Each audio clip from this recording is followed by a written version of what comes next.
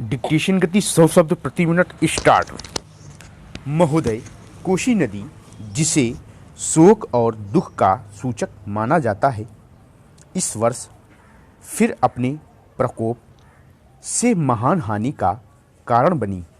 अब इस नदी पर काबू पाने और इसकी उपद्रवी लीला समाप्त करने के लिए भी योजना तैयार हो गई है।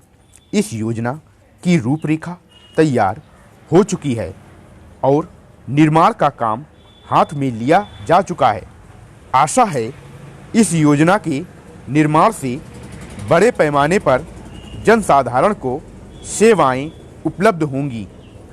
जब यह नया परीक्षण सफल होगा तो महान योजनाओं के निर्माण में और भारत की महान जनशक्ति के उपयोग के संबंध में हमारी जानकारी और अनुभव में महत्वपूर्ण वृद्धि होगी। औद्योगिकरण के क्षेत्र में उन्नति, उत्पादन में और वृद्धि और भारत की प्रति व्यक्ति आय में वृद्धि विचाराधीन वर्ष की कुछ महत्वपूर्ण बातें हैं।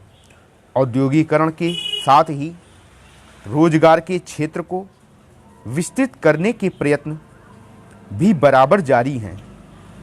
कुटीर उद्योगों और घरेलू धंधों को प्रोत्साहन देकर औद्योगिकरण और रोजगार में समुचित संतुलन स्थापित करने का प्रयास किया जा रहा है। यह बात सभी स्वीकार करते हैं कि यदि भारत के जनसाधारण को उदासीनता और हार मानने की भावना से मुक्त करना है तो बढ़ती हुई बेरोजगारी को दूर करने का उपाय करना होगा। इस दिशा में घरेलू उद्योग धंधे बहुत से लोगों को आंशिक या पूर्ण उपयोगी काम देकर इस समस्या का बहुत कुछ समाधान कर सकते हैं। इसीलिए पंचवर्षीय योजनाओं में पुराने घरेलू उद्योगों को पुनर्जीवित करने और चालू कुटीर उद्योगों को प्रोत्साहन देने की व्यवस्था की जा रही है। विदेशी मामलों के क्षेत्र में हमारी सफलता और भी अधिक है।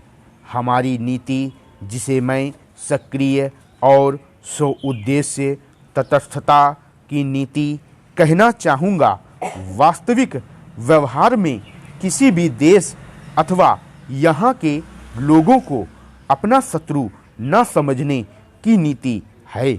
इस नीति के फलस्वरूप हमें विश्व शांति के पक्ष की कुछ सेवा करने का अवसर मिला है। हम प्रसन्न और आभारी हैं कि संसार के राष्ट्रों में सेवा का स्थान इतना ऊंचा है। इंडो चीन निरीक्षण और नियंत्रण अंतर्राष्ट्रीय आयोग की अध्यक्षता हमने स्वेच्छा से स्वीकार की है और हमारे नागरिक यथासाध्य उस देश में शांतिपूर्ण निर्वाचन संबंधी समस्याओं का सामना कर रहे हैं। हम सभी राष्ट्रीय अथवा अंतर्राष्ट्रीय समस्याओं का निपटारा शांतिपूर्ण ढंग से चाहते हैं। मुझे बहुत प्रसन्नता है कि भारत में फ्रांसीसी बस्तियों की समस्या शांति और सद्भावना के वातावरण में सुलझ सकी है। शांतिपूर्ण प्रणाली की सफलता का वह एक महत्वपूर्ण उदाहरण है। दुर्भाग्य से भारत में पुर्तगाली बस्तियों की ऐसी ही समस्या को सुलझाने की दिशा में प्रगति नहीं की जा सकी। मैं आशा करता हूँ कि पुर्तगाल इन बस्तियों में रहने वाले लोगों के स्वाधीनता के अधिकार को स्वीकार करेगा और फ्रांस और ब्रिटेन की सरकारों का अनुसरण करेगा। जैसे ही यह वर्ष समाप्त हो रहा है, हम अपने सबसे निकट के पड़ोसी पाकिस्तान के साथ अपने संबंधों में अपने सुखद परिवर्तन देखते हैं। पाकिस्तान के लिए हमारे हृदय में सदैव से पूर्ण सद्भावना और शुभकामनाएं हैं।